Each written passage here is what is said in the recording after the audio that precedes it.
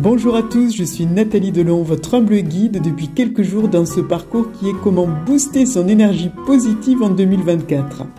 Nous voici arrivés à cette dernière journée et j'ai hâte de lire vos derniers commentaires pour définir qui est l'heureuse ou l'heureux gagnant de ce cadeau unique et personnalisé. Félicitations encore pour votre implication. Et demain, soyez attentifs parce que je vous réserve un petit bonus. Alors, pour aujourd'hui, vous savez quoi? Comme j'ai pas mal papoté ces derniers jours, je me suis dit qu'on pourrait se détendre et laisser place à notre créativité. Ça vous dit un peu un jeu pour se relâcher, pour relâcher la pression et laisser libre cours à nos idées? Allez, let's go! Vous savez, pour libérer notre créativité, il est essentiel de savoir jouer et s'amuser. Parce que soyons honnêtes, les meilleures idées surgissent souvent quand on se promène ou quand on est sous la douche et pas forcément quand on assiste à une réunion qui est ennuyeuse.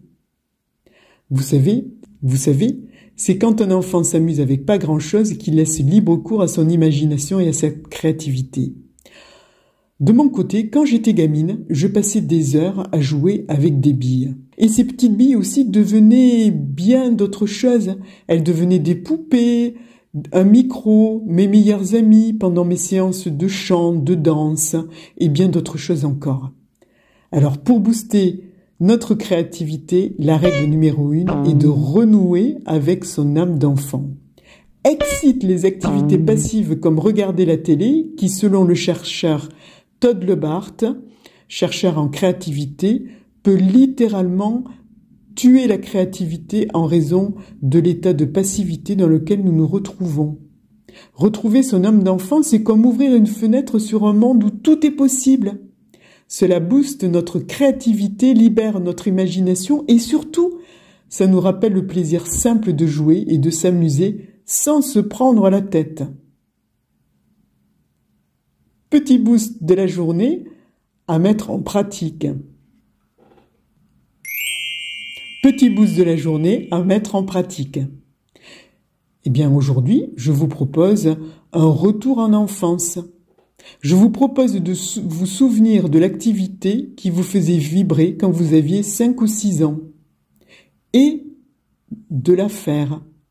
Peu importe si ça semble farfelu. C'est le moment de laisser libre cours à votre imagination et surtout de couper avec la raison et la logique. Ça peut être du coloriage, du dessin. La liste peut être très longue, comme encore inclure des châteaux de sable, des sauts à la corde, jouer à la marelle, jouer à cache-cache, jouer aux super-héros. Les possibilités sont infinies. Allez, éclatez-vous, amusez-vous, en bref, retrouvez votre âme d'enfant et cela va créer un sourire radieux sur vos visages et une étincelle de joie dans vos vies. Amusez-vous bien, bonne journée et à demain!